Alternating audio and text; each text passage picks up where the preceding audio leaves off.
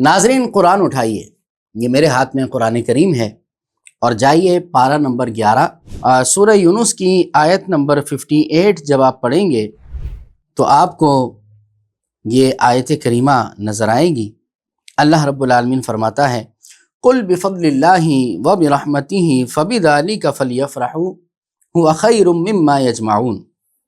اے حبیب آپ فرما دیجئے کہ اللہ کے فضل اور اس کی رحمت اور اسی پر چاہیے کہ خوشی منائی جائے، اسی پر خوشی کرو۔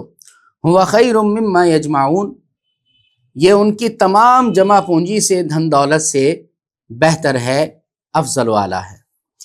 ناظرین، دو چیزوں پر خوشی منانے کا حکم اللہ رب العالمین نے دیا ہے، ان میں سے ایک اللہ کا فضل اور دوسرا اللہ کی رحمت۔ اللہ کے فضل بے شمار ہیں، اور اتنے بے شمار فضل ہیں کہ ہم اس کو شمار نہیں کر سکتے۔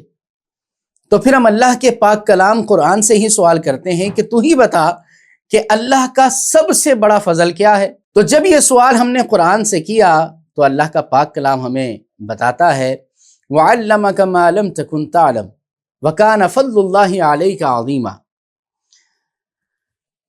کہ اللہ نے آپ کو وہ تمام سکھا دیا جو آپ نہ جانتے تھے، اور اللہ کا آپ پر بڑا فضل ہے۔ قرآن سے پتہ چلتا ہے کہ نبی کریم صلی اللہ علیہ وسلم اللہ کے سب سے بڑے فضل ہیں۔ تو جب اور اللہ کے فضل پر خوشی منانے کا حکم ہے تو جو سب سے بڑا فضل ہو ان کی آمد کے دن آئے تو خوشی کیوں نہ منائی جائے، بلکہ سب سے زیادہ خوشی اسی پر منانی چاہیے۔ اور دوسری چیز جو اللہ نے فرمایا وَبِرَحْمَتِهِ، اللہ کی رحمت پر خوشی مناؤ۔ اللہ کی رحمتیں بے شمار ہیں، کس رحمت کا ہم شمار کریں، نہیں کر سکتے۔ لیکن پھر ہم اللہ کے پاک کلام قرآن سے پوچھتے ہیں کہ تو ہی بتا کہ اللہ کی سب سے بڑی رحمت کیا ہے؟ تو اللہ کا پاک کلام ہمیں بتاتا ہے وَمَا أَرْسَلْنَاكَ إِلَّا رَحْمَةً لِّلْعَالَمِينَ، کہ اے حبیب ہم نے آپ کو تمام جہانوں کے لیے رحمت بنا کر بھیجا ہے۔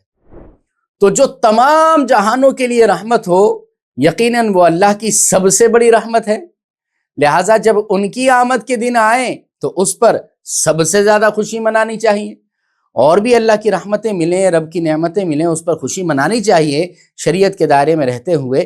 لیکن جو سب سے بڑا فضل ہے نبی پاک صلی اللہ علیہ وسلم کی ذات والا تبار، جب حضور کی آمد کے دن آئیں، 12ویں شریف آئے، تو ایک مسلمان کے ایمان کا تقاضا ہے کہ سب سے زیادہ خوشی حضور کی آمد پر کی جائے، چراغاں بھی کیا جائے، جھنڈے بھی لگائے جائیں، بیج بھی لگایا جائے، اور اسی طرح جلوس میں بھی جایا جائے، اور لنگر بھی کیا جائے، محافل میلاد بھی کی جائیں، نماز کی پابندی بھی کی جائے، پیارے آقا علیہ الصلوۃ والسلام کی سیرت کو بھی اپنائیں، فرائض و واجبات کو اپنا کر میلاد منائیں، بہرحال خوشی کریں۔